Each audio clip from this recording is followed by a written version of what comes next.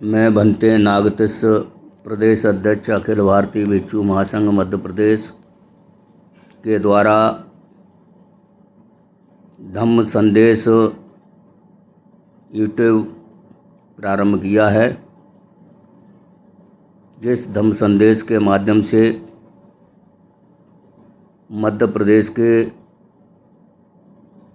भिन्न भिन्न कस्बा, शहरी क्षेत्रों, तहसील, जिला मुख्यालय, संभागों में एवं प्रदेश के भिन्न भिन्न जगह पर जहाँ पर चैत्य स्तूप, विहार और स्तंभ प्राचीन हैं और उन प्राचीन स्थलों को कई क्षेत्रों में विकृत करके हिंदू भगवान और देवी देवता बना दिए गए हैं। यहाँ तक सांची का अंतर्राष्ट्रीय बुद्धिस्ट हेरिटेज स्थल जो श्रीलंका महाबोधि सोसाइटी के अधीन है, उन्हीं का संरक्षण, उन्हीं की देखरेख है और उसमें भी एक भारतीय बौद्ध महासभा है। वो भारतीय बौद्ध महासभा श्रीलंका महाबोधि सोसाइटी को अपना सहयोग प्रदान करती है और श्रीलंका सोसाइटी उनके माध्यम से ही हर वर्ष नवंबर के महीने में जो बुद्धिस्ट मेला लगता है, बौद्ध धम्म का अस्थियों को देखने के लिए वहाँ पर प्रदेश ही नहीं संपूर्ण देश भर के बौद्ध धम्म के श्रद्धावान उपासक उपासिकाएं वहाँ उपस्थित होते हैं। के साथ ही देश भर से काफ़ी संख्या में पूज्य भिक्षु संघ भी वहाँ पर उपस्थित होते हैं। इसके चलते हुए ही उस प्राचीन बुद्धिस्ट हेरिटेज की सीमा में हिंदू मंदिर का निर्माण कर दिया गया है। जिस हिंदू मंदिर को हटाने के लिए भिक्षु महासंघ द्वारा 2022 में कलेक्टर रायसेन को ज्ञापन दिया गया। यहाँ तक 2024 को भी कलेक्टर रायसेन को ज्ञापन दिया गया। भोपाल संभाग के कमिश्नर को भी ज्ञापन दिया गया और संपूर्ण मध्य प्रदेश के 10 संभागों में से लगभग 7 संभागों पर भिक्षु महासंघ द्वारा भिन्न भिन्न क्षेत्र के जो बुद्ध स्थल है जिन्हें विकृत किया गया है, उनको सही रूप में लाने के लिए उन चैत्यों को, उन स्तूपों को, उन हिंदू मंदिर जो विकृत किए गए हैं हिंदू रूप में, उन्हें सही तरीके से बुद्धिस्ट रूप में लाए जाने के लिए ये ज्ञापन दिए जा चुके 2022 में। इसके साथ ही 2023 में भी भिक्षु महासंघ द्वारा मध्य प्रदेश की राजधानी भोपाल में बाबा साहब डॉक्टर अंबेडकर जयंती मैदान पर 19 जून से 31 जून तक धरना प्रदर्शन कर मध्य प्रदेश के मुख्यमंत्री और मध्य प्रदेश के महामहिम राज्यपाल के नाम से ज्ञापन दिए गए, लेकिन अभी तक बुद्धिस्ट हेरिटेज सांची से वह निर्मित मंदिर को नहीं हटाया, हिंदू मंदिर को अभी तक नहीं हटाया गया।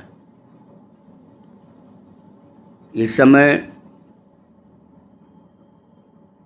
संपूर्ण भारत के साथ ही सारी दुनिया में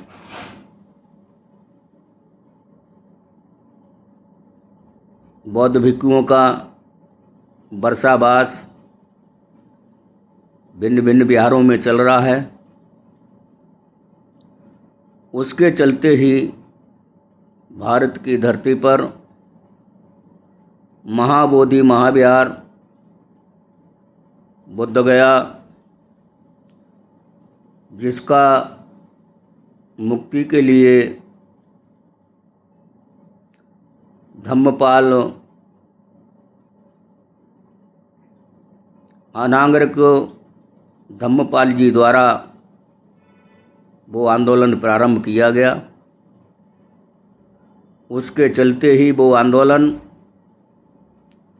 भदंत सुरई ससई भदंत आनंद जी के नेतृत्व में चला, और जब वो आंदोलन भदंत आनंद जी के नेतृत्व में चला, सुरई ससई जी के साथ में रहकर, उस समय उस आंदोलन से बुद्ध गया की मैनेजमेंट कमेटी में 4 जिसमें कभी कोई बौद्ध मेंबर नहीं हुआ करते थे, उस आंदोलन के कारण उसमें 4 मेंबर बने, और यहाँ तक उस मैनेजमेंट कमेटी का सेक्रेटरी भी बौद्ध भिक्षु बने। और आज वही बौद्ध भिक्षु लामा जी के साथ, आकाश लामा जी के साथ मिलकर के बुद्ध गया मुक्ति आंदोलन चला रहे हैं, ऑल इंडिया बुद्धिस्ट फोरम के तहत। उन्होंने बुद्ध गया से प्रारंभ किया। उस समय उस आंदोलन के साथ में भंते विनयाचार्य, श्रामनेर भंते विनाचार्य और के राहुल भी उनके साथ थे। उस समय विनयाचार्य ने बुद्ध गया में 12 लाख उपासक उपासिकाओं के आने की घोषणा की। 12 मार्च को 12 लाख, और उसको कैंसिल करने का, उस आंदोलन को कैंसिल करने की घोषणा 12 मार्च के पहले ही आकाश लामा द्वारा कर दी गई। इसके बाद जब आकाश लामा के द्वारा ये घोषणा कर दी जाती है, तो तत्काल में ही कुछ संगठन मिल करके पुनः से आंदोलन चलाने का साथ लामा के साथ हो जाते हैं। इसके बाद वहाँ से उनका आंदोलन भी हट जाता है। फिर कई जगह पर उनके आंदोलन, किसी जगह पर अलिखित रूप से वो आंदोलन अपने चलाते रहते हैं, कहीं। आज देश में उसी आंदोलन के कारण उस समय 13 बुद्ध पूर्णिमा के दूसरे दिन ही 13 मई को विनयाचार्य जेल में गए। अब वो किसकी देन से जेल में गए, ये तो आकाश लामा जाने और विनयाचार्य जाने। ये एक दूसरे के पोषक हैं, ये वो ही अपने आप को अच्छी तरह से बता सकते हैं। और विनयाचार्य के द्वारा लामा के ऊपर आरोप लगाते जाते हैं, और लामा के द्वारा विनय चार्या और के राहुल पर आरोप लगाए जाते हैं। इस आंदोलन के माध्यम से, इतना लंबे समय से चल रहे आंदोलन के द्वारा आज तक बुद्ध गया के लिए ही नहीं, संपूर्ण बुद्ध जगत के लिए कोई भी एक ऐसी चीज़ हासिल नहीं हुई है जिससे बौद्धों के हाथ कोई चीज़ लगी हो। बौद्धों के इस आंदोलन, बुद्ध गया के इस आंदोलन को भटकाने का काम कर दिया गया है। मात्र कुछ लोग हैं जो बुद्ध गया के नाम पर, सिर्फ आंदोलन के नाम पे, बुद्ध गया के नाम के आंदोलन के नाम पर अपना चेहरा चमकाने में लगे हुए हैं। बुनियादी संघर्ष बुद्ध गया की मुक्ति का नहीं है। बुनियादी संघर्ष और आंदोलन बुद्ध गया मुक्ति आंदोलन कमेटी भिक्खू महासंघ के द्वारा जो बनी हुई है पहले से ही, और उसी बुद्ध गया मुक्ति आंदोलन कमेटी के माध्यम से समय समय पर ज्ञापन पत्र भी शासन प्रशासन को दिए जाते रहे। मध्य प्रदेश की ओर से भी मेरे नेतृत्व में, मेरे द्वारा भिक्खू संघ के नेतृत्व में कई बार 2022-23 में ज्ञापन दिए गए, लेकिन ये बीच में आंदोलन चला। तो ये आंदोलन एक आंदोलन के नाम पर एक दिखावा अभी तक साबित हो रहा है। पूज्य विद्वान भिक्खू संघ, वरिष्ठ भिक्खू, इस पर चिंतन करने की ज़रूरत है। आवश्यकता है कि कोई भी एक भी संघ, भिक्खू संघ जो है, देश स्तर पर जो भिक्खू संघ हैं, कोई भी एक भी भिक्खू संघ इस आंदोलन के साथ नहीं है। इन दोनों आंदोलनों में एक भी भिक्खू संघ नहीं है। इसके बाद भी कुछ लोग ऐसे आंदोलन को, जो आंदोलन बुद्ध गया की मुक्ति का न होकर ये उनकी खुद की मुक्ति का आंदोलन चल रहा है, और उनकी खुद की मुक्ति के आंदोलन के सहयोग में कुछ लोग लगे हुए हैं। तो हमारा निवेदन है, अपील है कि इस आंदोलन को बुनियादी तरीके से चलाया जाना चाहिए, एकजुटता के साथ चलाना जाना चाहिए। बुद्ध गया की मुक्ति होना जरूरी है, लेकिन बुद्ध गया की मुक्ति के लिए हम बंदर बांट की तरह बट करके उस बुद्ध गया के आंदोलन को सफल नहीं कर सकते हैं, जब तक देश में सभी भिक्खू संघों को इकट्ठा किया जाए और भिक्खू संघों के नेतृत्व में जो भिक्खू महासंघ के द्वारा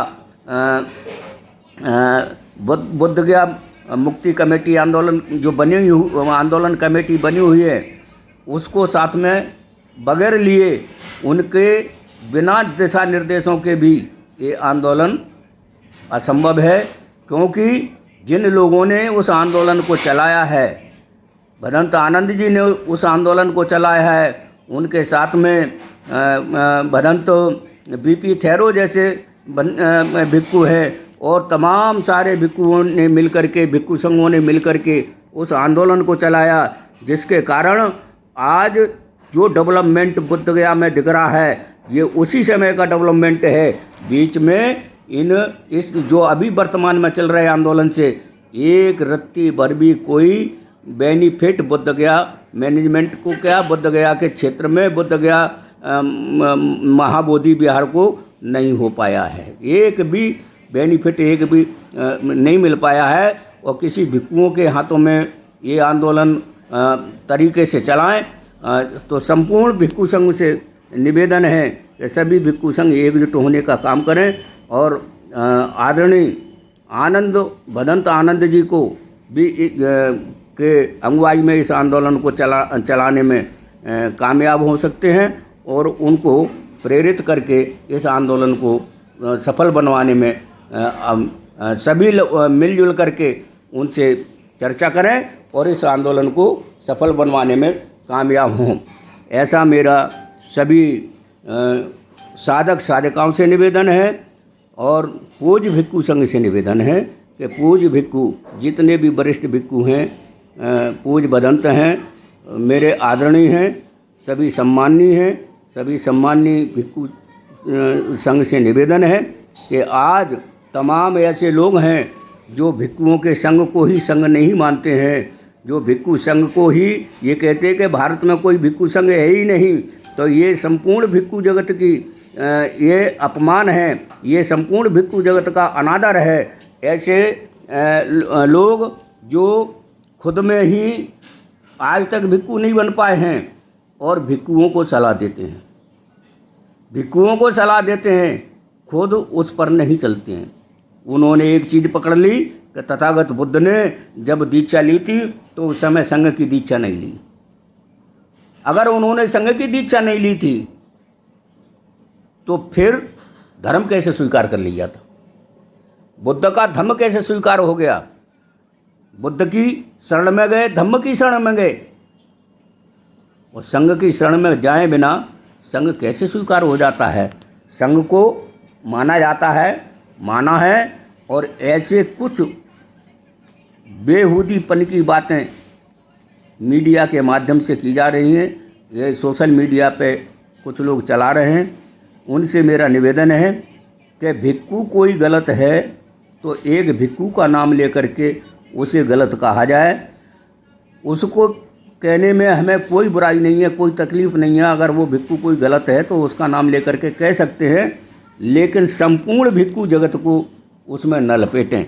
ऐसा मेरा यूट्यूबर जो भी है, जो इस तरह के भिक्खुओं पे आरोप प्रत्यारोप लगाते हैं, भिक्खुओं पे आरोप प्रत्यारोप न लगाएं, ऐसा मेरा उनसे अनुरोध है। ऐसा मैं उनको मेरी ऐसी सलाह है, अगर ये सलाह उचित लगे तो उसे माने, और नहीं लगे तो आपको जो लग रहा है वो तो आप कर ही रहे हैं। क्योंकि कोई भी धर्मावलंबी, चाहे वो साधक हो, उपासक हो, उस धर्म को मानने वाले हों, चाहे कोई भिक्खु हो, कोई भी हो, कोई भी अपने धर्म के धर्मगुरुओं की आलोचना नहीं करते हैं, जबकि उनके धर्मगुरु तो कि तमाम जगह के ऐसे धर्मगुरु हैं जिनके आचरण ही बहुत ही कुछ हम अपने मुंह से कहने में अच्छा नहीं लगता है होते हैं, उसके बावजूद भी वो अपने धर्मगुरुओं को कभी नहीं बुरा भला कहते हैं। लेकिन हमारा एकाध भिक्खु अगर कोई गलत है, उसके कारण अच्छे विद्वान भिक्खुओं का नाम को बदनाम न किया जाए, उनके संघों को बदनाम न किया जाए। भारत की धरती पर भिक्खुओं के संघ तो हैं, भले वो ही कम ज़्यादा कैसे भी चल रहे हों, या उन संघों का विरोध करो जो संघ राम जन्मभूमि के निर्माण पर अयोध्या में जाकर के उसके उद्घाटन में जाते हैं, उस भिक्खु संघ का नाम लेकर के करो ना, उसका नाम लेकर के करो, और जो भिक्खु उसके साथ हैं उन भिक्खुओं को करो, ठीक है, जिन्होंने राम जन्मभूमि के लिए अयोध्या की धरती से मिट्टी दी, उनका नाम लेकर करो। जिन लोगों ने अयोध्या के निर्माण के लिए वहाँ से पैसा दिया, उनका नाम लेकर के करो। वे लोग, हम उनको आप कहिए कि ये नकली बनते हैं, उनसे कहिए ना कौन है वो लोग, उनका उजागर करो। और तो बाकी के जो भिक्खु हैं, जो संघ है, वो संघ स्पष्टतः है मनुवादी विचारधारा के खिलाफ हमेशा से संघर्ष करता रहा है और कर रहे हैं।